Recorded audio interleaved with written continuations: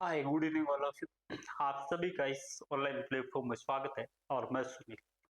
दोस्तों आज हम बात जो करेंगे वो करेंगे गुर्जर प्रतिहार के बारे में। गुर्जर प्रतिहार जो है वो आप जानते हो कि जब भी हम राजस्थान के इतिहास की बात करते हैं तो प्राचीन राजस्थान के इतिहास को जब पढ़ते हैं तो हमारे सामने कई वंश आते हैं जिसमें गुर्जर प्रतिहार वंश है, चहमान यानी चौहान वंश है, आपका भाटी वंश है, जाट वंश है, राठौड़ वंश है और इसी तरह से जो अन्य आपके छोटे मोटे जो वंश है वो सब आते हैं, गुहिल वंश। तो ये सब वंश आते हैं तो उसी में से आज पहला वंश जिसकी बात हम दोस्तों कर रहे हैं वो है हमारा गुर्जर प्रतिहार। गुर्जर प्रतिहार को लेके कई तरह के जो आपके मिथ और कई तरह की जो चीजें हैं वो आपको अलग अलग दिखाई देती है। और सबसे बड़ी जो इम्पोर्टेंस इस चीज की है या इस आज की क्लास की है वो यही है कि अक्सर हम ये कंफ्यूज में रहते हैं तो वास्तव में गुर्जर प्रतिहार जो है वो नाम कहाँ से आया और गुर्जर प्रतिहार जो है क्या है। क्या गुर्जर अलग है, प्रतिहार अलग है, क्या गुर्जर और प्रतिहार एक ही है? तो इन तमाम सब जो सवाल है आपके इस लेक्चर के अंदर हम कंप्लीट करने का प्रयास करेंगे। और आज के इस लेक्चर में हम पूरी तरह से जो है गुर्जर प्रतिहार उसको डिफाइन करेंगे। हालांकि ये आपका गुर्जर प्रतिहार जो है ये एक बड़ा आपका लेक्चर है, बहुत बड़ा जो टॉपिक है। तो इस टॉपिक को हम दो तीन जो आपकी क्लासेस है उसमें डिवाइजेशन करके हम समझने का प्रयास करेंगे। ये जो गुर्जर प्रतिहार है इसको आप देखा होगा, आपने किसी भी पुस्तक में आप पढ़ते हो या कहीं भी आप जो है ऑनलाइन या ऑफलाइन क्लासेस जब करते हो अक्सर ये कंफ्यूज बना रहता है कि इसके विषय में प्रॉपर जो जानकारी है दोस्तों वो हमें नहीं मिल पाती है, यानी अच्छे तरीके से हम इस टॉपिक को कवर नहीं कर पाते हैं। तो आज के इस लेक्चर में, आज की इस क्लास में हम इसको कंप्लीट जो है बड़े अच्छे तरीके से धीरे धीरे जो है समझने का प्रयास करेंगे कि काफी क्रिटिकल सा आपका टॉपिक है। तो दोस्तों चलिए और स्टार्ट करते हैं गुर्जर प्रतिहार को। गुर्जर प्रतिहार जो है इसके बारे में ये कहा जाता है कि इसका जो कालक्रम है दोस्तों वो लगभग आपका 7वीं शताब्दी से लेके और 12वीं शताब्दी तक का माना जाता है। 7वीं से लेके 12वीं शताब्दी तक का इसका कालक्रम माना जाता है। अब देखिए दोस्तों कि भारत के अंदर आप देखते हैं कि भारत के अंदर एक महान शासक होता है जिसका नाम हर्ष होता है। हर्ष ये कहा जाता है कि अंतिम हिंदू आपका सम्राट होता है, एक शक्तिशाली सम्राट होता है जो भारत में केंद्रीकृत व्यवस्था को संचालित करता है। और हर्ष की मृत्यु के उपरांत जो भारत जो है उसमें एक शून्यता आ जाती है और कहीं ना कहीं भारी जो आक्रमण है वो आ जाते हैं। छोटे छोटे जो है आपके साथ जो भारत के अंदर भी छोटे छोटे जो आपके वर्ग है वंश है या शासन शासक जो है वो अलग अलग भागों में बट जाते हैं। दोस्तों देखिए कि ये जो आपका हर्ष है ये भारत है और भारत में आप जानते हो कि यहाँ पे हर्ष जो था वो अंतिम आपका हिंदू सम्राट माना जाता है। और इस हिंदू सम्राट के आपके खत्म होने के बाद या इसका एम्पायर खत्म होने के बाद जो भारत है उसमें तमाम तरह के छोटे छोटे जो भाग है, छोटे छोटे शासक है उसमें बढ़ जाता है। और उसी में से आप देखते हो कि गुर्जर प्रतिहार जो है प्रतिहार वंश वो निकल के आता है उस समय जब आपकी 7वीं शताब्दी के आसपास की बात है। और ये जो गुर्जर प्रतिहार वंश है इसके बारे में कहा जाता है ये गुजरात्रा नामक जो प्रदेश है वहां से निकलता है।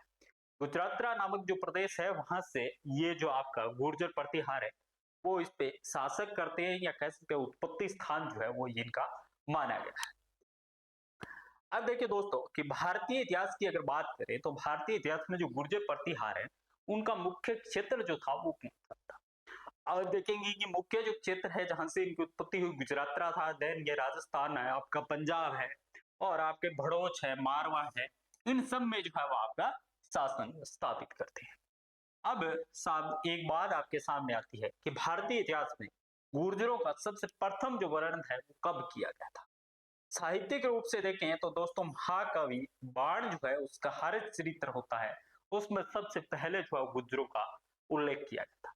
यानी साहित्यिक दृष्टिकोण से सबसे पहले जो गुर्जरों का उल्लेख होता है, उल्लेख जो होता है वो आपकी बाण की हरित चरित्र में होता है।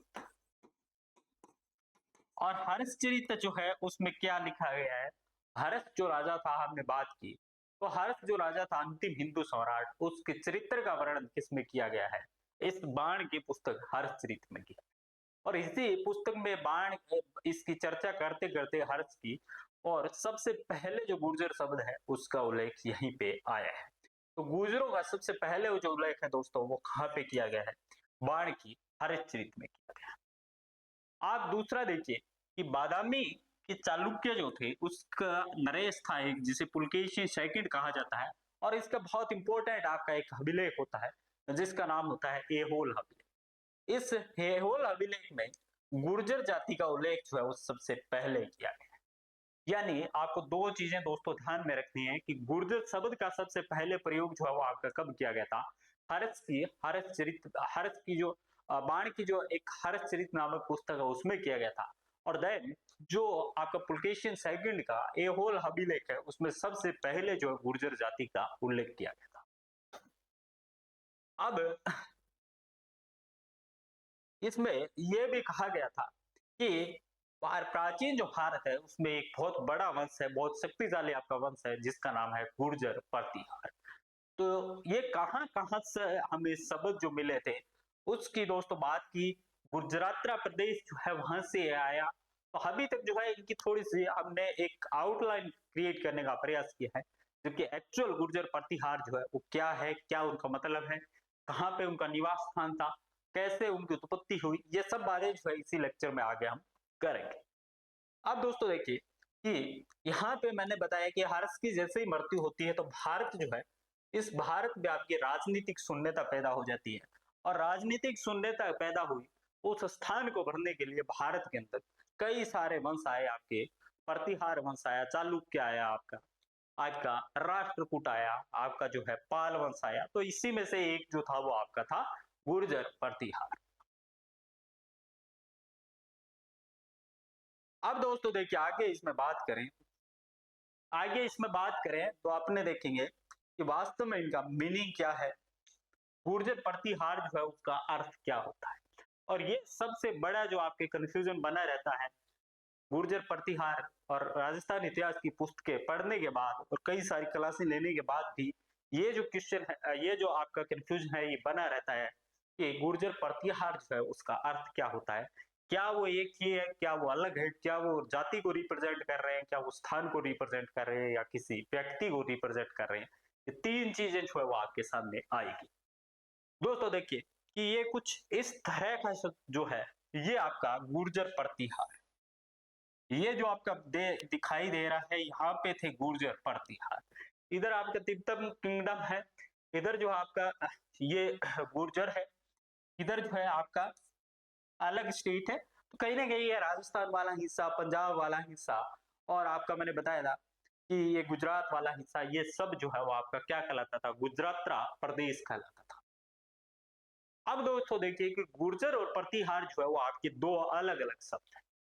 गुर्जर और प्रतिहार जो है वो आपके दो अलग अलग शब्द है। ये दो शब्दों से मिलके बना है, पहला आपका गुर्जर है और दूसरा दोस्तों आपका प्रतिहार। और अगर गुर्जर और प्रतिहार को हमें अच्छे तरीके से जानना है तो हमें इसको दोनों शब्दों का अर्थ मालूम होना चाहिए। दोनों शब्द जो है उसका अर्थ मालूम होना चाहिए, तभी हम गुर्जर और प्रतिहार जो है उसको अच्छे तरीके से जान पाएंगे। दोस्तों देखिए गुर्जर और प्रतिहार जो है उसका अर्थ क्या होता है, इसके अर्थ को लेके हमारे सामने दो इतिहासकार आते हैं जो इसकी परिभाषाएं देते हैं। पहला इतिहासकार आता है डॉक्टर गोपीनाथ शर्मा, जो राजस्थान के फेमस इतिहासकार हैं और जिनकी पुस्तक भी आती है राजस्थान का इतिहास, और राजस्थान के पुरातात्विक स्रोत, और बहुत सारी पुस्तकें जो है वो राजस्थान के अंदर आती है। तो डॉक्टर गोपीनाथ शर्मा जो है वो किसकी परिभाषा देते हैं यहाँ पे? गुर्जर शब्द की परिभाषा, या गुर्जर जो है वो क्या है इसके बारे में डॉक्टर गोपीनाथ शर्मा हमें बताते हैं। दूसरा दोस्तों डॉक्टर मंजूमदार जो है वो भी बहुत बड़े आपके इतिहासकार रहे हैं, भारतीय इतिहासकार, जो हमें प्रतिहार के विषय में बताते हैं कि प्रतिहार जो है उसका एक्चुअल में मीनिंग क्या है। और जब हम गुर्जर और प्रतिहार दोनों का अर्थ जान जाएंगे तो हम इसकी बेसिक जो परिभाषा है या किसको कहा जाता है वो हम अच्छी तरीके से समझ जाएंगे। यहाँ पे देखिए दोस्तों कि डॉक्टर गोपीनाथ शर्मा जो है गुर्जर को स्थान जो है उसको गुर्जर से जोड़ते हैं, और तो मंजूमदार जो है वो द्वारपाल यानी प्रतिहार को द्वारपाल कहते हैं। प्रतिहार को द्वारपाल कहते हैं। अब इसको थोड़ा सा आप समझने का प्रयास कीजिएगा कि मान लो ये स्थान है, ये आपका स्थान है कोई, और यहाँ पे ये स्थान जो है ये क्या है, गुर्जर है। ये स्थान का नाम तो क्या है, गुर्जर है, ये कोई स्थान है। और यहाँ पे एक व्यक्ति खड़ा है और इस व्यक्ति का नाम क्या है, प्रतिहार। कि ये स्थान है और इसकी रक्षा करने के लिए रक्षक के रूप में एक व्यक्ति खड़ा है, उसको क्या है, प्रतिहार। और ये दोनों परिभाषाएं आपकी किसने दी थी, ये दोनों परिभाषाएं जो है ये स्थान के बारे में तो कहा था कि साहब ये स्थान है आपका और इस स्थान को हम गुर्जर कहेंगे, ये तो कहते हैं डॉक्टर गोपीनाथ शर्मा। और दूसरा जो आपके प्रतिहार है वो कहते हैं कि व्यक्ति जो खड़ा है इसको हम प्रतिहार कहेंगे, और इस व्यक्ति को प्रतिहार करने के पीछे जो था वो आपका कौन सा था, वो था मंजूमदार। तो दो ऐसे महान इतिहासकार जो इसकी अच्छी तरीके से हमें इसके बारे में बताते हैं, और अक्सर हमारे सामने यही कंफ्यूजन जो है वो इसलिए रहता है कि हम इस परिभाषा को, इन इतिहासकारों की परिभाषा को हम पढ़ते नहीं, और ऐसे जो है हमें समझ में नहीं आता कि वास्तव में गुर्जर प्रतिहार जो है वो क्या है। दोस्तों देखिए कि डॉक्टर गोपीनाथ शर्मा जो है वो ये कहते हैं कि छठी शताब्दी के अंदर राजस्थान नाम का कोई जो आपका प्रदेश नहीं था। अब आप ये कहेंगे साहब राजस्थान नाम का प्रदेश नहीं था, तो फिर ये राजस्थान का जो इतिहास पढ़ रहे हैं, बिल्कुल सही बात है कि उस समय छठी शताब्दी का मतलब दोस्तों आपका है कि 501 से लेके 599 ईस्वी तक का जो टाइम है उस टाइम को छठी शताब्दी कहा जाता है।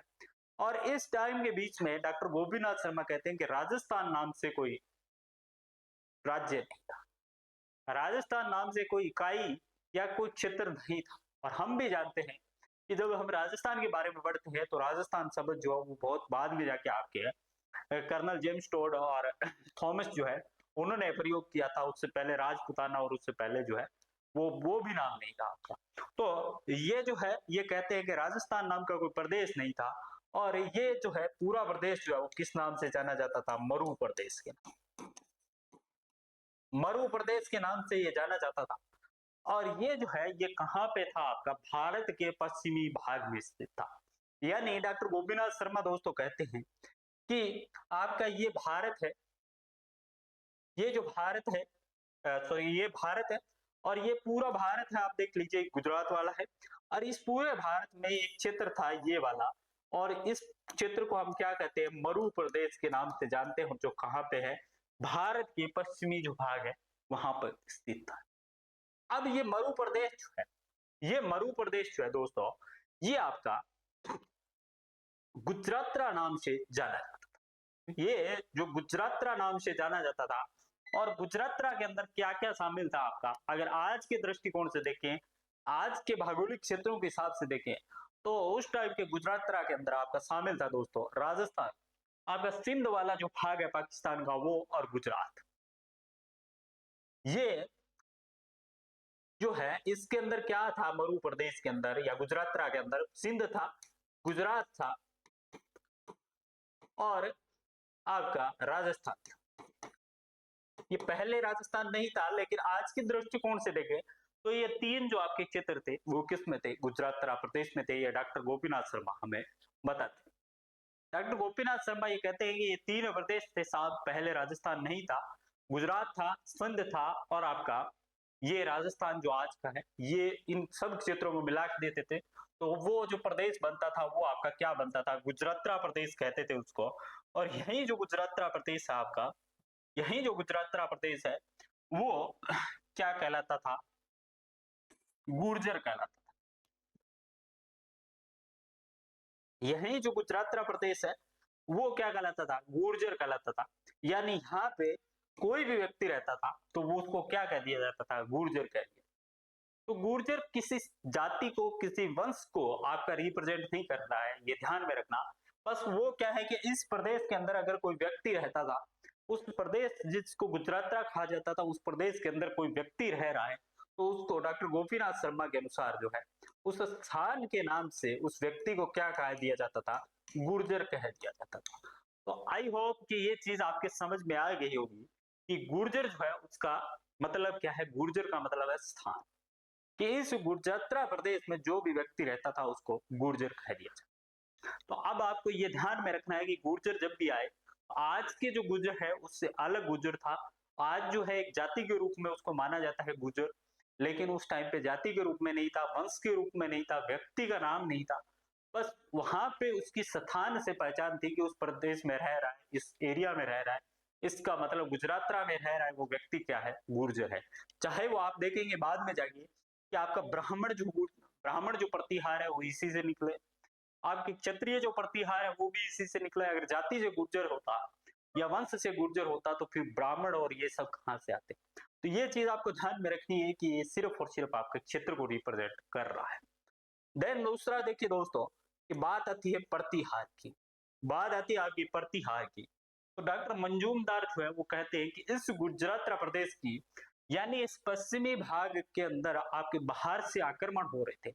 आप देखेंगे कि भारत के अंदर जितने भी आक्रमण हुए तो वो पश्चिमी भाग से हुए, वो सिंध, पाकिस्तान, अफगानिस्तान, ईरान उधर से हो रहे हैं। तो वो आक्रमण को रोकने के लिए जो इस प्रदेश में जो लोग रहते थे, इस प्रदेश में जो लोग रहते थे, उन प्रदेश के व्यक्ति जो यहाँ पे खड़े रहते थे, यहाँ पे जो है आपके खड़े रहते थे ताकि इधर से कोई आक्रमण जो वो आपका नहीं हो भारत के ऊपर। यहाँ पे जो द्वारपाल के रूप में या रक्षक के रूप में जो व्यक्ति खड़ा होता था उसको हमने प्रतिहार किया।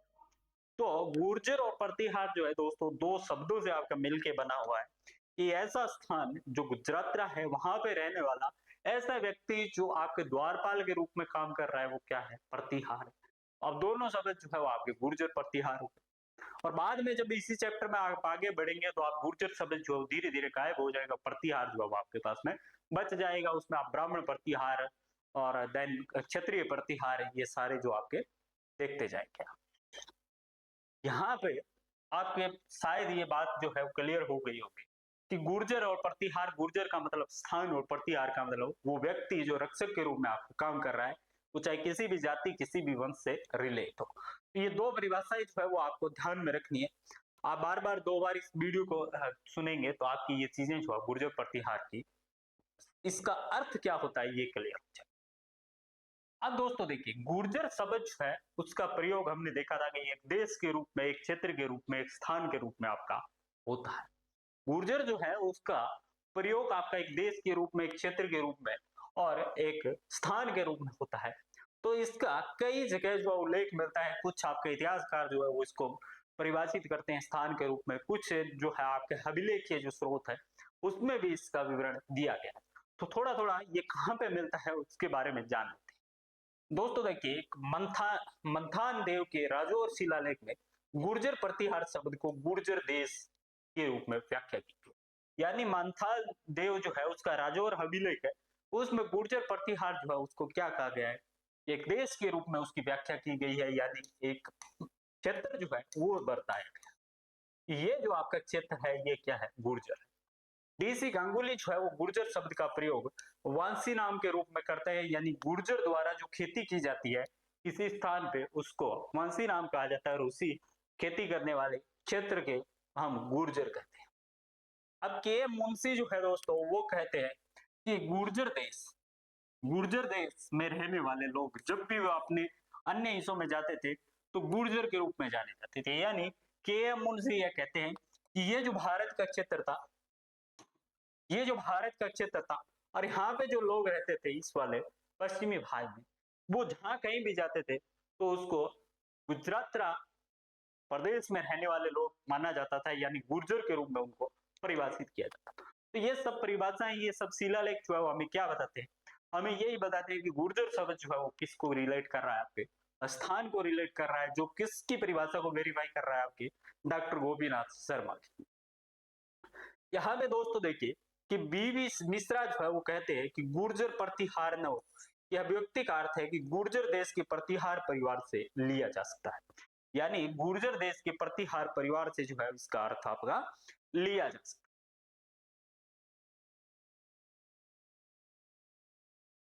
अब गुर्जर शब्द का प्रयोग जो है वो एक देश के रूप में और भी है उसमें, और कौन कौन से है दोस्तों कि कई प्राचीन स्रोत है जो वो देश के रूप में उल्लेख करते हैं। इसके अनुसार पुलकेशिन सेकंड का रागोली प्लेटो के आयुल जो शिलालेख है वो भी क्या बताते हैं, प्रदेश के रूप में परिभाषित करते हैं। इसके अलावा अल बालादूरी जो है अल जुनाद के अभियान पर, उसमें भी इसको शामिल किया गया है प्रदेश के। उदयन सूरी की कुंवल या माला जो है वो 8वीं शताब्दी के जालोर में रचा गया था। इसमें सुंदर देश के रूप में यहाँ पे जो है वर्णित किया गया है गुजरात को, और कहा गया है कि गुर्जर जो है यहाँ के निवासी जो है वो क्या कहलाते, गुर्जर का है। तो काफी परिभाषाएं जो है वो आपने देख ली। इसी प्रकार से ज्वांगचुंग जो है वो अपनी राजधानी भीनमाल यानी पीलो मोलो के साथ एक देश के रूप में गुर्जर का नाम दिया। वो जो है ये भी आपके इंपॉर्टेंट है, ज्वांगयांग जो है वो आपके गुर्जर को किस रूप में परिभाषित करते हैं, तो वो कहते हैं कि भीनमाल इनकी राजधानी थी, जिसे पीलो मोलो उन्होंने कहा था। और इस पीलो मोलो जो है वहां पे एक देश के रूप में गुर्जर भी स्थापित था। पंचतंत्र की चौथी पुस्तक रथकार की कहानी, जो ऊंटों की तलाश में गुर्जर देश में के गुर्जरा गांव में गया था, यानी गुर्जर क्या था, स्थान के रूप। ये इतनी सारी जो परिभाषाएं हैं वो किस रूप में गुर्जर को परिभाषित कर रही है, आपकी एक क्षेत्र के रूप में। अब दोस्तों देखिए कि प्रतिहार शब्द जो है उसका राजा या राजाधिकार के रूप में, यानी रक्षक के रूप में जो है, या द्वारपाल के रूप में है, राजा के रूप में है, जो प्रतिहार शब्द को कौन कौन बताते हैं। कि जैसे गुर्जर शब्द जो है वो उसकी उत्पत्ति आपकी देश विशेष से मानी जाती है या जाति विशेष से,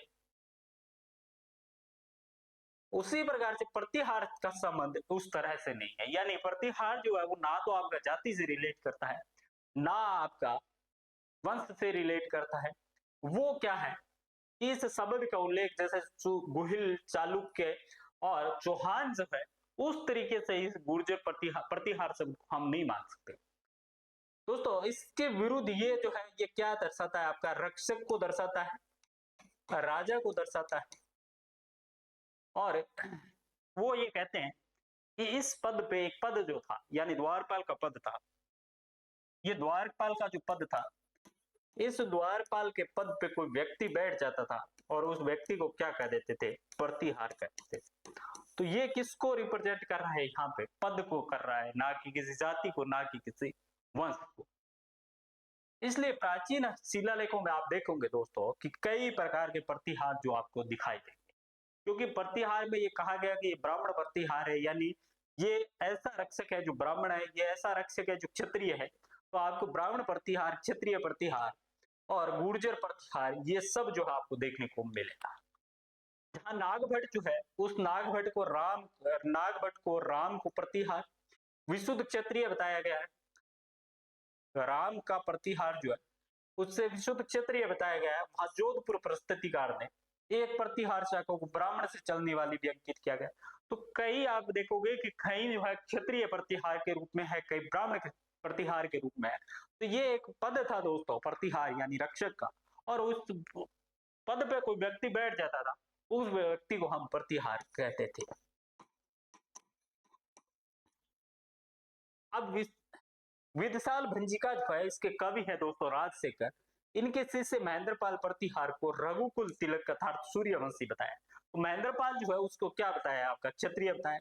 इसी प्रकार से हर्षनाथ की जो प्रस्तुति है 973 की, उसमें जो भारत है उसमें चौहान जो है, चौहानों को क्या बताया, ब्राह्मण बताया। तो ये सब जो चीजें हैं दोस्तों वो आपको यही ध्यान में रखना है। इतनी सारी परिभाषा, इतनी सारी डेफिनेशन देने के बाद भी आप ये ध्यान में रखना है कि गुर्जर जो शब्द है वो आपके क्षेत्र को रिप्रेजेंट कर रहा है, और प्रतिहार जो शब्द है वो आपकी एक व्यक्ति को, एक पद को, एक रक्षक को, एक द्वारपाल को रिप्रेजेंट कर रहा है। अब देखिए दोस्तों इसी प्रकार से आगे जो है प्रतिहार उनके मूल स्थान कहाँ, यानी हमने गुर्जर जो है वो तो बात कर ली थी, स्थान को रिप्रेजेंट कर रहा है। प्रतिहार जो है रक्षक को, यानी प्रतिहार का मतलब एक व्यक्ति है वहां पे। अब वो व्यक्ति जो है उसका मूल स्थान कहाँ, इसका मूल स्थान जो दोस्तों वो कहां पे। अब दोस्तों देखिए कि जैन ग्रंथ है हरिवंश पुराण, वो प्रतिहार नरेश था एक वत्सराज, इसको अवंती भूवत कहता है, यानी इसको वत्सराज को है जो जैन ग्रंथ ये कहता है कि ये वत्सराज जो थे आपके साथ, ये आपके क्या थे, ये आपके अवंती का राजा था। ये जो है अवंती का राजा था।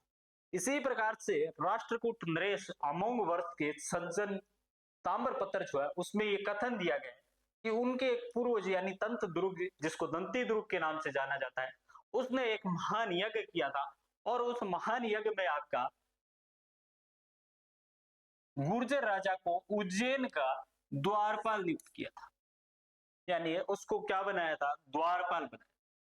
इसी प्रकार से प्रतिहार नरेशों के जोधपुर और गठियाला जो शिलालेख है दोस्तों, उसमें ये कहा गया है कि गुर्जर प्रतिहारों का मूल निवास जो है वो कहाँ पे, गुजरात्रा और राजपुताना का एक भाग था जिसको गुजरात्रा के नाम से जाना जाता था, वो इनका मूल स्थान है। इसी प्रकार से युआन च्वांग जो है उसने कुचेलो नामक प्रदेश का वर्णन किया है, जिसका समीकरण भी गुर्जर प्रदेश से किया गया है। सीमित जैसे कुछ जो आपके है दोस्तों, सीमित जैसे इतिहासकार है वो इनका मूल स्थान जो है वो आबू पर्वत को मानते हैं, और जहां पे क्या है अग्नि कुंडीय जो सिद्धांत है ये यहीं पे आपका संपन्न हुआ था। तो इन सब बातों को दोस्तों आपका बाद में हम जानेंगे। और कुछ लोग जो है इनका जालोर भीनमाल जो है वहां पे इनका स्थान मानते हैं। तो प्रतिहारों के स्थानों की दोस्तों बात करें तो अलग अलग आपके इतिहासकार मानते हैं, लेकिन कुल मिला के अगर बात करें तो इन प्रतिहारों का जो शासन था या स्थान जो था वो कहाँ पे था आपका, वो स्थान यह इनका जो है वो था आपका गुजरात प्रदेश, जो आपका राजस्थान वाला विभाग था, और गुजरात के राजस्थान के दक्षिणी भाग और गुजरात का जो बॉर्डर टच होता है वो वाला जो भाग था वो इनका मूल स्थान था। अब देखिए दोस्तों, प्रतिहारों के जो मूल स्थान के विषय में आगे भी हमें कुछ और स्रोत मिलते हैं, और वो कौन कौन से है, वो भीलम कचार्य का ब्रह्मगुप्त जो है, इसमें ब्रह्म स्फुट सिद्धांत जो है इसमें भीलमल का उल्लेख किया गया। इसी प्रकार से एच.सी. रे जो है गुर्जर प्रतिहारों की संख्या का प्रारंभ जो है वो मंडोर से मानते हैं, और आप देखेंगे कि तमाम तरह के जो प्रतिहार है वो बाद में मिलेंगे आपको, मंडोर के, जालोर के, अलग अलग जो है। इसी प्रकार से प्रतिहारों का जो मूल स्थान है वो भीनमाल, मारवाड़ और मांड्यपुर, मंडोर को माना गया। जोधपुर के घटियाले अभिलेख में पंडियारों की उत्पत्ति जो है हरीश चंद्र के त्राणी पत्नी से बताई गई है, जो थी भद्रा। यानी जोधपुर का जो घटियाला अभिलेख है दोस्तों, उसमें ये बताता है कि प्रतिहार जो है, क्षत्रिय प्रतिहार जो है, उसकी उत्पत्ति किससे हुई था, उसकी उत्पत्ति जो है भद्रा नामक एक रानी थी, और उस रानी से हरिश्चंद्र की दो रानियां थी, आप जानते हैं दोस्तों। हरिश्चंद्र की दो रानियां थी, एक ब्राह्मण थी जिसका नाम हमें मालूम नहीं है, और दूसरी जो है वो आपकी क्षत्रिय थी जिसका नाम था भद्रा। और इस भद्रा से आपके जो है 4 पुत्र होते हैं, इस भद्रा से जो है वो आपके 4 पुत्र होते हैं। तो ये जो है ये कहा गया कि ये घटियाला अभिलेख में कि हरिश्चंद्र नाम का एक राजा था, और जिसके क्षत्रिय जो महारानी थी जिसका नाम भद्रा था, और इसी भद्रा से आपका जो है ये प्रतिहार उत्पन्न हुए थे। इसी प्रकार से दोस्तों मुहूर्त नैणसी जो है वो अपनी नैणसी ख्यात में 26 शाखाएं जो है वो प्रतिहारों की बताता है, जो कि आपके मंडोर की, जालोर की, राजौरगढ़ की, कन्नौज की, उज्जैन की और भड़ोच जो गुर्जर प्रतिहार है वो प्रसिद्ध रहे थे। यानी दोस्तों कुल मिला के इनके बात करें तो इनका कहीं ना कहीं जो है वो आपका उत्पत्ति जो है वो जोधपुर वाले क्षेत्र में हुई थी। बाद में ये आपके जालोर, राजौरगढ़, कन्नौज और वहां पे अलग अलग जगह जो है वो आपके ये चले गए, या इनकी उत्पत्ति जो है मानी जा सकती है। लेकिन मुख्य जो स्थान होगा दोस्तों वो आपका जोधपुर वाला होगा, राजस्थान का दक्षिणी और पश्चिमी जो भाग है वो होगा। अब देखिए दोस्तों, प्रतिहार जो है, प्रतिहार उनकी उत्पत्ति को लेके और कई तरह के जो आपके सिद्धांत हैं, यानी हमने बात की थी, हमने अभी तक जो बात की है वो की है कि गुर्जर प्रतिहार का अर्थ, हमने जो बात की है गुर्जर प्रतिहार का अर्थ, देन गुर्जर प्रतिहार का स्थान, और गुर्जर प्रतिहार का मूल स्थान। एक स्थान तो हमने बात की थी कि गुजरात प्रदेश के अंदर था, और गुजरात में हमने ये जानने की कोशिश की थी कि मंडोर जोधपुर जो है वो आपका मुख्य है, बाद में जालो और अवनति और इस तरह से जो आपके कई सारे जो है वो आपके इनके क्षेत्र माने जाते हैं। अब साहब इनकी बात करते हैं कि प्रतिहार जो थे उन प्रतिहारों की उत्पत्ति जो है वो आपकी किस तरह से थी, यानी इन प्रतिहारों की उत्पत्ति जो है वो आपकी किन से मानी जाती है। तो दोस्तों अगर बात करें कि गुर्जर प्रतिहार जो है इसके विषय में वही बात आती है जो हमने एक दिन राजपूतों की उत्पत्ति के संबंध में पढ़ी थी कि कुछ लोग इसको देसी मानते हैं, कुछ लोग इसको विदेशी मानते हैं, कुछ लोग इसको ब्राह्मणीय मानते हैं, तो कुछ इसको आपके क्षत्रिय वंश मानते हैं, और कुछ लोग जो है इसको सूर्यवंशी या चंद्रवंशी या रघुकुलीय वंशी जो है आपका मानते हैं। तो दोस्तों आज हम इसके अंदर जो है ये चार जो आपके इसके सिद्धांत दिए गए हैं उत्पत्ति के वो देखते हैं। पहला ये दिया गया है कि गुर्जर जो प्रतिहार थे वो आपके रघुकुलीय जो आपका वंश है उससे, यानी कहीं ना कहीं राम और लक्ष्मण जो जिस वंश में पैदा हुए थे रघुकुल वंश में, उसमें ही गुर्जर प्रतिहार जो है वो आपके उत्पन्न हुए थे। देन सेकंड जो है कहते हैं कि ब्राह्मण जो थे उससे उत्पत्ति, और जिसकी हमने बात की थी कि हरिश्चंद्र जो था उसकी दो पत्नी थी, एक ब्राह्मण थी एक क्षत्रिय थी, जिस पत्नी से आपके ब्राह्मण उत्पन्न हुए ब्राह्मण एक क्षत्रिय जो प्रतिहार है, और जिस क्षत्रिय पत्नी से उत्पन्न हुए वो क्षत्रिय प्रतिहार है। देन हमने बात की है कि विदेशी जैसे आपके स्मिथ है, आपके हीरानंद है और आपके कर्नल जेम्स टोड है, ये सब क्या मानते हैं कि ये विदेशी लोग हैं, जबकि कुछ जो लोग हैं वो ये कहते हैं कि ये भारतीय है। तो अलग अलग इतिहासकार जो है उनका पॉइंट ऑफ व्यू जानेंगे कि कौन किस आधार पे इनको इस तरह की उत्पत्ति जो है वो बताई जाती है, क्या क्या इनके साक्ष्य है, उनकी बात जो है वो नेक्स्ट में करते हैं। तो दोस्तों चलिए पहले पहले सिद्धांत को देखते हैं कि रघुकुलीय जो सिद्धांत है वो कहां से आया। अब प्रतिहारों के जो जितने भी दोस्तों हमें अभिलेख मिले हैं या उनके समसामयिक जो साहित्य है, यानी उस टाइम के जो साहित्यिक स्रोत है या उस टाइम के आपके जो है अभिलेख है, उन अभिलेखों और समसामयिक जो साहित्यिक है उनमें क्या बताया गया, उनमें यह बताया गया साहब कि आपके रघुकुलीय वंश से उत्पन्न हुए हैं। अब इसमें कौन कौन से जो है आपके स्रोत आते हैं, पहला आता है मिहिर भोज का ग्वालियर अभिलेख। अब ये ग्वालियर अभिलेख जो है वो कहते हैं कि ये राम के छोटे भाई यानी लक्ष्मण के वंशज थे, ये राम के छोटे भाई जो है लक्ष्मण के वंशज थे, और ये क्या है कि इंद्र जो था, इंद्र देवता जो था, इस इंद्र देवता के मद को चूर करने वाले मेघनाथ के विरुद्ध, इस मेघनाथ के विरुद्ध युद्ध करके शत्रुओं को रोकने के लिए प्रतिहार अर्थात गढ़ के द्वारपाल का काम किया। अब मेहर का ग्वालियर जो अभिलेख है दोस्तों वो क्या साबित करता है, वो ये साबित करता है कि ये जो प्रतिहार है वो आपका रघुकुलीय वंश से रिलेट करते हैं, और वो जो है क्या थे, उनके द्वारपालों के रूप में काम किया था। तो यहां से भी आपको देखना चाहिए कि जो प्रतिहार है वो वास्तव में क्या थे, द्वारपाल ही थे। तो यहाँ पे हम देखेंगे कि एक तरफ आपका इंद्र होता है, इंद्र देवता, और दूसरी तरफ जो है दोस्तों मेघनाथ होता है आपका।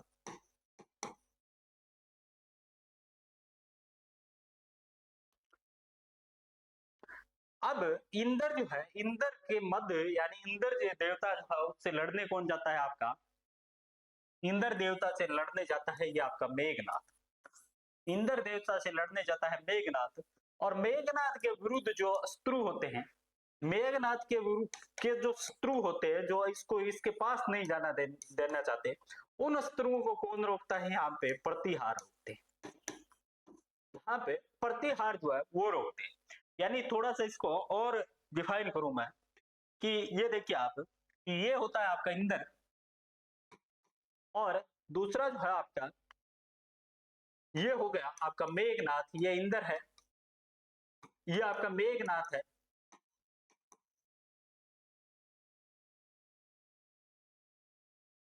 और ये मान लो आपका इसका एरिया है, ये इसका एरिया है इंद्र का। अब ये मेघनाथ जो है दोस्तों ये इंद्र के ऊपर आक्रमण करता है। जब इंद्र के ऊपर आक्रमण करता है तो यहाँ पे कुछ सारे लोग होते हैं जो इसको यहाँ नहीं जाना देना चाहते हैं, तो यहाँ नहीं जाना देने चाहते हैं, तो वो जो इसके क्या हो गए, मेघनाथ के ये कौन है, आपके शत्रु है, और इन्हीं शत्रुओं से एक व्यक्ति जो होता है ये यहाँ पे होता है, ये इन पे अटैक करता है और इनको हटा देता है, और देन जो है मेघनाद यहाँ पे चला जाता है। तो ये वाला जो व्यक्ति है दोस्तों, वो आपका क्या कहलाएगा, प्रतिहार। तो यानी इंद्र और मेघनाद का जब युद्ध हो रहा था, तो मेघनाद के शत्रु को रोकने का काम जिस व्यक्तियों ने किया या जिस द्वारपाल ने किया, उसको प्रतिहार कहा जाता है। और प्रतिहार जो है उसके बारे में ये जानकारी कौन देता है हमें, मेहर भोज का ग्वालियर अभिलेख देता है। तो ये इसका साक्ष्य है। बाउक जो अभिलेख है दोस्तों, वो भी कहता है कि राम का वंशज है ये प्रतिहार। यानी राम जिस वंश से रिलेट करता था, रघुकुल वंश से, उसी से रिलेट कौन करता है, प्रतिहार वंश। आपको सिर्फ जो दो चीजें ध्यान में रखनी है कि इसका जो समर्थन करता है वो कौन कौन करता है। एक तो आपका मीहर भोज का ग्वालियर अभिलेख, और दूसरा जो है वो बाउक अभिलेख करता है। नेक्स्ट देखिए दोस्तों कि गुर्जर प्रतिहार जो है वो ब्राह्मण और क्षत्रिय है। तो इसके विषय में ये बात आती है कि यहाँ पे एक व्यक्ति था जिसका नाम था हरिश्चंद्र, और इसके बारे में कौन बताता है, घटियाला अभिलेख। कक का जो घटियाला अभिलेख है वो ये कहता है कि यहाँ पे इनका एक आदि पुरुष था जिसका नाम था हरिश्चंद्र, और हरिश्चंद्र के साथ दो पत्नियां थी, एक चित्राणी और दूसरी ब्राह्मणीय थी। और चित्राणी जो पत्नी थी उसका नाम था भद्रा, और उस चित्राणी पत्नी से आपके जो व्यक्ति जो संतान पैदा हुई वो क्या कहलाई, क्षत्रिय प्रतिहार। और जो ब्राह्मणों से पैदा हुई, ब्राह्मण रानी से, हालांकि ब्राह्मण रानी का उल्लेख जो है वो किसी भी पुस्तक में आपको नहीं मिलेगा कि उसका एक्चुअल नाम क्या था, क्योंकि क्षत्रिय जो रानी थी उसका नाम था भद्रा, और ब्राह्मण जो थी, ब्राह्मण रानी से जो भी संतान पैदा हुई होगी वो आपकी ब्राह्मण प्रतिहार कहलाई थी। तो ये कौन बताता है, कक का घटियाला अभिलेख जो है वो जानकारी देता है। अब कुछ व्यक्ति ये होता है कि नहीं जी, ये ब्राह्मण और आपका क्षत्रिय वाला जो है ये सिद्धांत ये आपका सही नहीं है, इसका एक अलग सिद्धांत है, और वो आपका अग्निकुंड सिद्धांत। अग्निकुंड सिद्धांत जो है वो किसका है दोस्तों, चंद्र बरदाई का है, और ये किसमें कहता है, आपका पृथ्वीराज रासो में। और ये वही सिद्धांत है जो आपका हमने राजपूतों की उत्पत्ति के संबंध में पढ़ा था। इसमें ये कहता है कि गुरु वशिष्ठ जो है, गुरु वशिष्ठ एक यज्ञ कर रहे होते हैं, और उस यज्ञ की अग्नि से आपके चार योद्धा निकलते हैं, चौहान, चालुक्य, परमार और प्रतिहार। और यही जो चार योद्धा है उसमें से एक योद्धा जिसका नाम प्रतिहार है, उसकी उत्पत्ति किससे हुई थी, गुरु वशिष्ठ के आपके अग्निकुंड से हुई थी। और ये सिद्धांत कौन देता है, चंद्र बरदाई देता है, और चंद्र बरदाई की पुस्तक का नाम है दोस्तों पृथ्वीराज रासो। तो ये जो है अग्निकुंडीय आपका सिद्धांत है। अब देखिए दोस्तों कि गुर्जर प्रतिहार के विषय में ये कहा गया कि नहीं, अग्निकुंडीय सिद्धांत नहीं हो सकता, क्योंकि अग्निकुंड से किसी व्यक्ति के पैदा होने की, किसी अग्नि से व्यक्ति के पैदा होने की ये जो कल्पना है, ये चंद्र बरदाई की मिथ्य कल्पना है, ऐसा संभव नहीं है। तो फिर जो है वो व्यक्ति आते हैं, वो इतिहासकार आते हैं, और वो अपना सिद्धांत लेके आते हैं, जो ये कहते हैं कि ये कौन थे दोस्तों, ये आपके विदेशी थे। और ये इसमें मुख्य रूप से क्या है, कर्नल जेम्स टोड जो है आपका, वो कहता है कि गुर्जर प्रतिहार जो विदेशी, डॉक्टर भंडारकर जो है वो कहते हैं विदेशी है, और स्मिथ, ब्लू और हेनले, केनेडी और मिस्टर जैक्सन जो है वो ये कहते हैं कि ये तो साफ विदेशी थे, विदेशी हुण लोगों की संतान थे, और हुण लोगों के साथ में रिलेशन होने के, क्योंकि हुण जो लोग थे वो स्थानीय लोगों के साथ में मिले, और स्थानीय लोगों के साथ में मिलने से और उनकी मेल मिलाप होने से जो एक संकर जाति पैदा हुई थी, वो संकर जाति आपकी क्या है, प्रतिहार। अब दोस्तों इसका जो विपक्ष में जो तर्क देते हैं वो ये कहते हैं डॉक्टर गोपीनाथ शर्मा कि ये आपका पूर्ण जाति से पैदा नहीं हुए, या कह सकते हैं कि जो विदेशी से पैदा नहीं हुई, बल्कि ये गुजरातरा क्षेत्र के लोग हैं, और गुजरातरा क्षेत्र में रहने के कारण इनको गुर्जर कहा गया, और रक्षा करने के कारण इनको प्रतिहार कहा गया। तो ये कौन है, भारतीय है। तो ये इसके विषय में दोस्तों इन्होंने कहा था कि ये आपका भारतीय है, और इसके विषय में ना केवल गोपीनाथ शर्मा बल्कि डॉक्टर मंजूमदार जो अपना प्रतिहार के विषय में अपनी परिभाषा देते हैं वो भी इनके पक्ष में, हीरानंद ओझा है वो भी इनके पक्ष में, और सीवी वेद जो है वो भी पक्ष में। तो ये इतने सारे इतिहासकार जो है, इनका नाम आपको ध्यान में रखना है कि कौन सा इतिहासकार या कौन सा अभिलेख जो है वो किस सिद्धांत के समर्थन में है, और कौन सा इतिहासकार जो है वो किस सिद्धांत के विपक्ष में है। तो इनके गुर्जर प्रतिहार जो है इनके सिद्धांत की बात हमने कर ली। अब दोस्तों सबसे पहले हम जिस प्रतिहारों के विषय में पढ़ेंगे उस प्रतिहारों का नाम है मंडोर के प्रतिहार। यानी मंडोर जोधपुर जो है उनके मूल शाखा मानी जाती है, और हिंदी मंडोर जोधपुर के प्रतिहारों के विषय में हम सबसे पहले जानेंगे।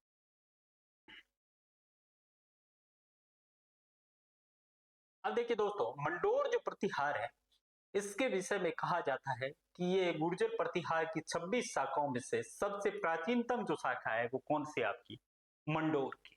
और ये 26 शाखाओं की बात जो है वो कौन कहता है, मोहना तो नौणसी जो है उसकी ख्यात जो है नैणसीरी ख्यात उसमें सबसे पहले बताया गया। आपको यह भी ध्यान में रखना है कि 26 शाखाओं की जो बात है, 26 शाखाओं की जो बात है वो मोहनत नैणसी कहता है।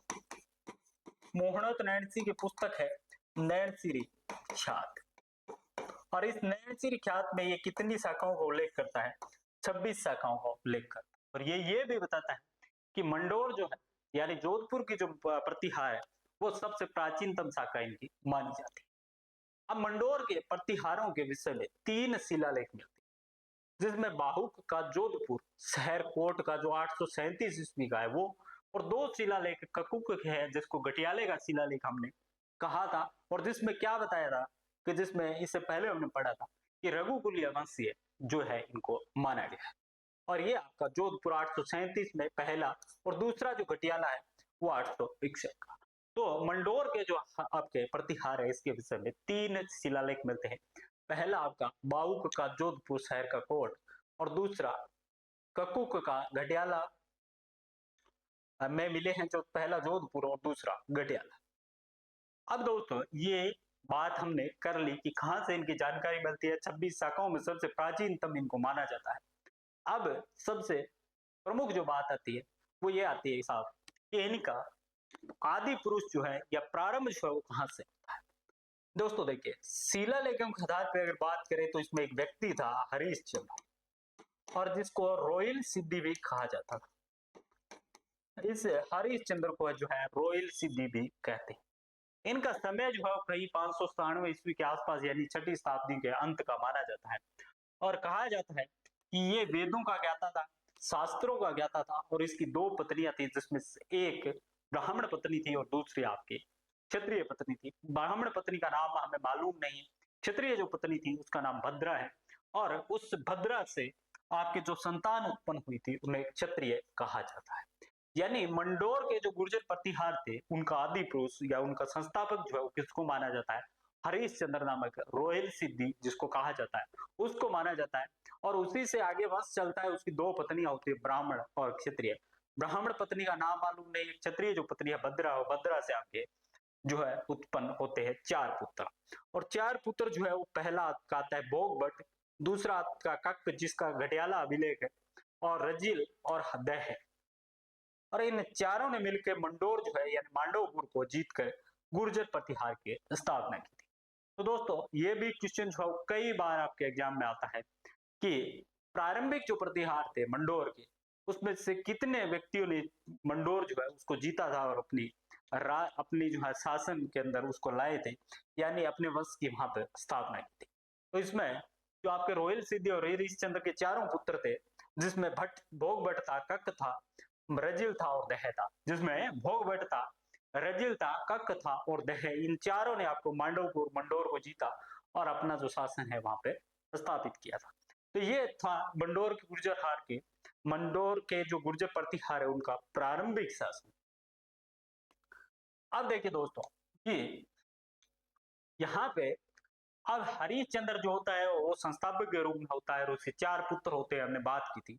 तो हरिश्चंद्र जो है उसकी ब्राह्मण जो होती है उस ब्राह्मण की तो हमें जानकारी नहीं मिलती, लेकिन रानी भद्रा जो होती है क्षत्रिय, उसके 4 पुत्र होते हैं। उन 4 पुत्रों में भोगभट, कक, रजिल और दह, ये चारों अपने बाहुबल से मंडोर को जीतते हैं, मांडवपुर को जीतते हैं, और देन वहां पे गुर्जर प्रतिहार जो है उसकी स्थापना करते हैं। इसके बाद दोस्तों आता है रजिल, और ये कहा जाता है कि रजिल जो था वो सबसे बड़ा पुत्र था। ये बड़ा पुत्र था किसका, हरिश्चंद्र। और हरिश्चंद्र के बाद में इस बड़े पुत्र ने जो है यहाँ पे स्थापना की थी मंडोर या मांडवपुर की। हालांकि चारों ने जीता था, उसके बाद जो हरिश्चंद्र के बाद में ये आपका राजा बनता है और इससे ही मंडोर वंश की वंशावली प्रारंभ होती है। तो ये आपके लिए बहुत इंपॉर्टेंट है कि मंडोर जो है उसकी वंशावली किससे प्रारंभ होती है। दो क्वेश्चन है दोस्तों यहाँ पे। एक तो आपका गुर्जर प्रतिहार जो है उसका आदि पुरुष किसको माना जाता है या जिसकी स्थापना, जिसका संस्थापक किसको माना जाता है, तो वो तो हो गया आपका रोयल सिद्धि या हरिश्चंद्र। दूसरा है आपका कि मंडोर जो शाखा, जो मांडवपुर मंडोर की स्थापना जो उसके चारों पुत्रों ने जीत के की थी, उसका पहला प्रवर्तक या उसका संस्थापक जो है वो कौन माना जाता है, तो उसका सबसे बड़ा बेटा वो है रजिल। और इस रजिल से जो है आपकी मंडोर या मांडवपुर की स्थापना माना जाता है। इस रजिल के बारे में दोस्तों थोड़ी सी हमें जानकारी जो देखनी है वो ये देखनी है कि एक तो इसको संस्थापक आपका माना जाता है मंडोर मांडवपुर का। दूसरा इसके बारे में कहा जाता है कि इसने राजसूय यज्ञ जो है वो आपका करवाया था और इसने एक रोइस कूप यानी घटियाला का जो अभिलेख है उससे ये पता चलता है कि इसने महामंडलेश्वर महादेव यानी शिव का एक मंदिर भी बनवाया था। तो रजिल के विषय में दो बातें हमें ध्यान में रखना है कि पहला तो घटियाला अभिलेख के अनुसार इसने महादेव का मंदिर बनवाया था और दूसरा साहब इसने जो है आपका जो मंडोर था इसके प्रवर्तक के रूप में या मंडोर के संस्थापक के रूप में इसको जाना जाता है। तो आप फिर रजिल जो है इसकी बात कंप्लीट हुई। दूसरा इसका बेटा होता है यानी इसका बेटा होता है रजिल का। इस रजिल के बेटे का नाम होता है दोस्तों रजिल के बेटे का नाम होता है नरबट। नरबट जो है उसको उसकी वीरता के कारण पेलो पेली कहा जाता है। यानी इसके विषय में छोटी सी जानकारी जो शुरुआती जो है उनके विषय में कोई विशेष जानकारी हमें नहीं मिलती है, थोड़ी थोड़ी एक एक दो दो लाइन की चीजें जो है आपको याद में रखनी है कि इस नरभट्ट के बारे में ये कहा जाता है कि वो वीर था और वीर होने के कारण इसको पेलो पेली के नाम से उपाधि दी गई थी। इसको पेलो पेली उपाधि जो है वो आपकी दी गई थी और इसने कहा जाता है कि इसने विष्णु मंदिर का निर्माण कराया था। तो आप देखेंगे कि प्रारंभिक जो आपके गुर्जर प्रतिहार है वो आपको विष्णु के विभक्त थे, शिव के विभक्त थे। रजिल जो शिव का मंदिर का महादेव के मंदिर का निर्माण करवाता है, वहीं पे आपके नरभट्ट जो है वो आपका विष्णु मंदिर का निर्माण करवाता है। इसके बाद में आता है आपका तीसरा नंबर नागभट्ट का। और नागभट्ट जो है वो रजिल का पोता था और इस नरभट्ट का पुत्र था और ये बड़ा प्रतापी राजा था, इसको नाहड़ भी कहा जाता है। और इसने मंडोर राजधानी को वहां से बदल कर मेड़ता ले गया था। तो पहली बार मंडोर जो है उसको राजधानी को ट्रांसफर किया, कैपिटल को ट्रांसफर जो है मंडोर से मेड़ता करने वाला कौन था आपका, ये नागभट्ट था जो आपका रजिल का पोता था और नरभट्ट का पुत्र था। तो ये क्वेश्चन जो है वो आपका कई बार पूछा जाता है कि मेड़ता जो है वो राजधानी किसने बनाई थी। मंडोर टू मेड़ता जो है मेड़ता करने वाला जो था वो आपका नागभट्ट था। तो ये आपका नागभट्ट था।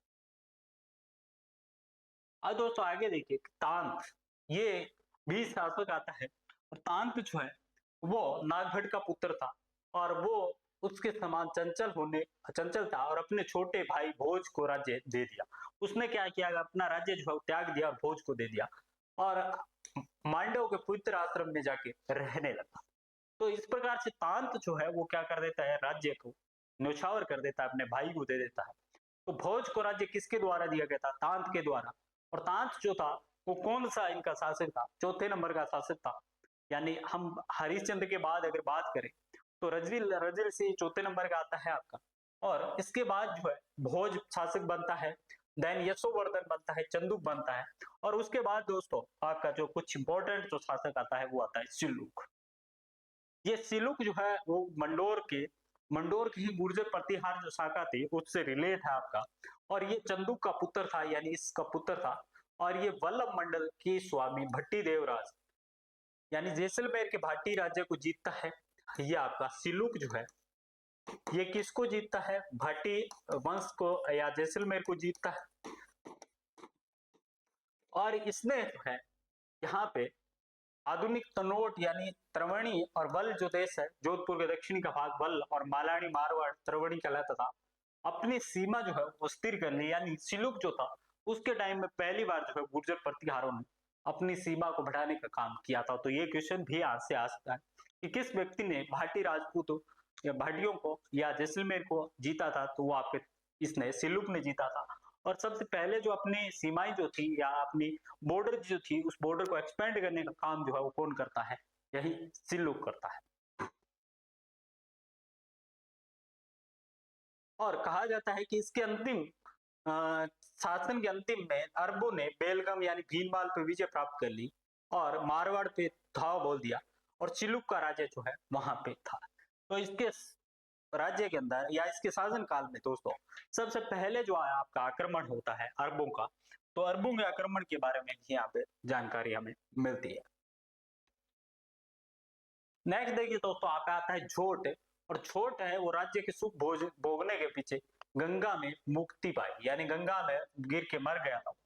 उसके बाद भिलादित्य आता है। तो भिलादित्य जो है वो अपना राज्य सौंप के गंगा में चला जाता है और 18 वर्ष जीवित रह के अनशन शरीर छोड़ देता है। इसके बाद दोस्तों आता है कक। और कक जो है वो सिलुक के तीसरे वंशज कक ने मर्दागिरी मुंगेर बिहार में घोड़ों के साथ लड़ने का जो प्रयास किया, यानी इसके बीच में आपके सिलुक और कक के बीच में कोई राजा है वो उन्होंने शासन नहीं किया, सभी जो शासन त्याग त्याग के आपके चले गए। कक जो है वो किसके साथ में लड़ाई करता है, घोड़ों के, और घोड़ जो है कहाँ पे है, बिहार। तो यहाँ तक जो शासक थे उनमें कोई विशेष हमें दिखाई नहीं देता है। रजिल है, चाहे उनका पुत्र है, चाहे तांत है, वो पहली बार शासन छोड़ता है, ये भी शासन छोड़ छोड़ के चले गए। और कक जो है उसके बारे में थोड़ी सी घोड़ों के विषय में जानकारी मिलती है। तो यहाँ तक जो एग्जाम के दृष्टिकोण से आपके कोई महत्वपूर्ण शासक जो गुर्जर प्रतिहार में हमें दिखाई नहीं। धीरे धीरे इसके बाद जो है वो आपके शासक आएंगे और जो एग्जाम में जो क्वेश्चन आते हैं दोस्तों वो वहां से आते हैं जहां से पहली बार गुर्जर प्रतिहार जो स्वतंत्र रूप से शासन करते हैं। स्वतंत्र रूप से जहां से शासन चालू होगा वहीं से आपकी जो है क्वेश्चन बनने स्टार्ट होगा, क्योंकि इंपॉर्टेंट जो है वो वहीं से होंगे, वहीं से उनकी शक्ति में वृद्धि होगी, वहीं से उनका प्रभाव बढ़ेगा। तो वहां से जो है आपके क्वेश्चन आने चालू हो जाए। अब दोस्तों देखिए कक के बाद में इनका बेटा आता है भावुक। और भावुक जो है इनकी एक प्रस्तुति मिलती है और जिसका जिक्र हमने पहले किया था, उसमें भावुक प्रस्तुति इसको कहा जाता है। और यह 837 ईस्वी मंडोर की जो प्रतिहार है उसकी जानकारी के लिए भावुक या बाउल जो प्रस्तुति है वो आपकी महत्वपूर्ण है। तो इसके विषय में बहुत ज्यादा कोई इंपॉर्टेंट नहीं है, इसकी एक प्रस्तुति मिलती है जिसके माध्यम से हम क्या कर सकते हैं, मंडोर के जो प्रतिहार है उसके विषय में जानकारी प्राप्त। ककुक जो है बाउल का छोटा भाई था और कक का बेटा था, बस इतना सा है इसका। तो इसका भी कोई महत्वपूर्ण रोल नहीं। ककुक जो है उसके हमें 2 अभिलेख मिलते हैं दोस्तों, और जिसे कहते हैं घटियाला का अभिलेख। एक जोधपुर से मिलता है, तो पहला जो है घटियाला का अभिलेख वो कहाँ पे है, जोधपुर में। और जोधपुर के अंदर ये पहला जो अभिलेख है घटियाला में माता की साल नामक स्थान से प्राप्त होता है। यानी ककुक जो है उसके थोड़ी सी जानकारी जो है वो इसके अभिलेखों को लेके है। इसके 2 अभिलेख घटियाला के अभिलेख मिलते हैं, जो पहला आपकी जोधपुर में जो माता की साल नामक स्थान है, एक जैन मंदिर है वहां पे मिलता है। और दूसरा जो अभिलेख है वो घटियाला के अंदर मिलता है। लेकिन दोनों को अगर कंबाइंड करें तो दोनों को हम कहते हैं कि जोधपुर के घटियाला अभिलेख। एक जोधपुर में मिलता है, दूसरा आपका घटियाला में मिलता है। पहला जो है माता की साल मंदिर जैन मंदिर में मिलता है, और दूसरा जो है खाकू देवल नामक स्थान जो है वहां से होता है, और जो कि संस्कृत भाषा में लिखा गया है। ककुक ने मंडोर और रोहिन स्तूप के जय स्तंभ बनवाए। रोहिन स्तूप का ही एक नया नाम जो है वो क्या है, घटियाला। ककुक ने रोहिन स्तूप यानी घटियाला के अंदर बाजार भी बनवाया था। तो इसके विषय में दोस्तों ककुक के विषय में हमें 2 चीजें ध्यान में रखनी है। एक चीज ध्यान में रखनी है वो है कि इसके 2 अभिलेख मिलते हैं, पहले माता की साल जैन मंदिर में और दूसरा साकू देवल के अंदर मिलता है। अब देखिए दोस्तों आता है भड़ोच के गुर्जर प्रतिहार। भड़ोच के गुर्जर प्रतिहार हमें दिखाई देते हैं। हमने बात की थी मंडोर के प्रतिहारों की, अब आता है भड़ोच के गुर्जर प्रतिहार। बड़ौच के जो गुर्जर प्रतिहार है दोस्तों ये आपकी 6ठी शताब्दी के अंत में आधुनिक गुजरात के अंदर स्थित है। पहले तो यह आपको ध्यान में रखना है कि मंडोर या मांडवपुर जो था, जो पहले हमने पढ़ा था, वो आपका कहाँ पे था, जोधपुर के अंदर, राजस्थान के अंदर। और जब गुजरात प्रदेश की बात कर रहे हैं हम, तो गुजरात प्रदेश में आपका क्या होगा, गुजरात भी शामिल होगा। तो भड़ोच जो है वो कहाँ पे है, गुजरात के अंदर। तो कुछ राजस्थान के अंदर मिले तो कुछ गुजरात में भी मिले। तो ये जो है, ये गुजरात के दक्षिणी भाग में एक राज्य की स्थापना करता है गुर्जर जाति, और इसकी स्थापना हेनसांग ने इस राज्य को भड़ोच बताया था। यानी एक राज्य की स्थापना होती है दोस्तों, गुर्जर प्रतिहार राज्य की स्थापना करते हैं, और उस राज्य की स्थापना या उस राज्य का नाम क्या है, बड़ोच है। और इस बड़ोच को विषय में सबसे पहले हमें किसने बताया था, तो एक चीनी यात्री था जिसका नाम था साहब हेनसांग, और ये इसका कालक्रम 629 से 647 तक का माना गया। और इस भड़ोच के विषय में हमें कुछ ताम्र पत्र है, उन ताम्र पत्रों में भी पता चलता है कि वहां पे भड़ोच नाम का एक प्रदेश था। इन ताम्र पत्रों में उन्होंने खुद को गुर्जर नरपति का होना बताया, यानी गुर्जर जाति का होना बताया। और इस राज्य का केंद्र जो था वो नर्मदा और माही के बीच था, यानी ये नर्मदा और माही के बीच में क्या था, आपका बड़ोच था। और यहीं पे क्या थे, प्रतिहार थे। और ये जो है, ये राज्य उत्तर में खेड़ा जिले और दक्षिण में ताप्ती नदी तक फैला हुआ था। गौरीशंकर हीरानंद ओझा के अनुसार बड़ोच जिला जो है वो सूरत जिले, ओरपाड़, चौरासी और बारदोली तालुक के आसपास के बड़ौदा, अरे यानी रेवा कांठा और सचिन इलाके के होने चाहिए। यानी गौरीशंकर हीरानंद ओझा जो है वो उस प्रदेश के बारे में कहते हैं दोस्तों कि उसमें सूरत भी शामिल था, आपका आपका बड़ोच भी था, आपका बारदोली भी था, और बड़ौदा, ये सब जो इलाका जो था वो क्या था, बड़ोच था। और वहां पे जो आपके लोग रहते थे, वहां पे जो प्रतिहार रहते थे, उन प्रतिहारों को क्या कहा गया, बड़ोच के प्रतिहार। और ये बड़ोच जो था वो कहां पे था, आपका गुजरात के अंदर था। अब देखिए दोस्तों, भड़ोच के जो प्रतिहार थे, इनकी राजधानी जो थी वो थी आपकी नंदीपुर। इनकी राजधानी जो थी वो नंदीपुरी थी। और भड़ोच की पूर्वी दरवाजे से 2 मील उत्तर में नंदीपुरी नामक स्थान जो था, वो वहां पे किला था। और डॉक्टर बुहलर ने ताम्रपत्रों में इनकी नंदीपुरी के रूप में इनकी पहचान की। यानी आपको ध्यान में रखना है कि भड़ोच जो है, इसकी राजधानी यानी कैपिटल जो थी वो क्या थी, नंदीपुरी, नंदीपुरी। और जो इतिहासकार है वो ये कहते हैं कि 36 मील दूर नर्मदा के कांठे में स्थित नांडोर को नंदीपुर कहते थे। तो इस नंदीपुर का दूसरा जो नाम है दोस्तों, वो कई बार क्या होता है, नांडोर है। तो इस भड़ोच वाले प्रतिहारों के विषय में हमें जानना है। एक्चुअल में भड़ोच जो था वो गुजरात में था, और भड़ोच की राजधानी जो थी वो क्या थी, नंदीपुर। और नंदीपुर को नांडोर भी कहा जाता है। और यहाँ पे जो लोग रहते थे उन्हें भड़ोच के प्रतिहार कहा जाता है। उस समय दोस्तों भड़ोच जो था ये सबसे प्रमुख बंदरगाह था और व्यापारी केंद्र था।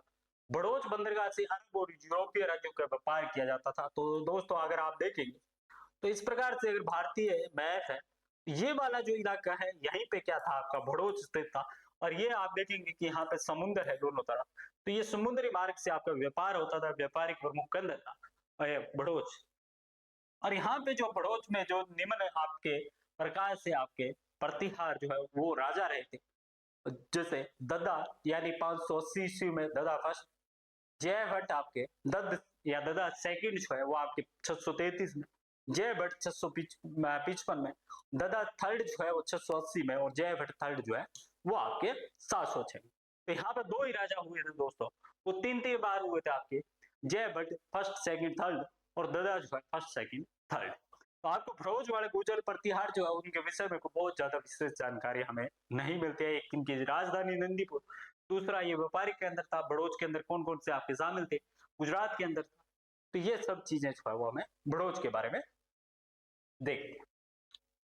अब दोस्तों कल का जो लेक्चर होगा उसमें हम इससे आगे वाले जो राजौरगढ़ के गुर्जर प्रतिहार होंगे उनके बारे में बात करेंगे, और भी जो गुर्जर प्रतिहार उनके विषय में बात करेंगे। आज के लेक्चर में इतना ही। Thank you all of you.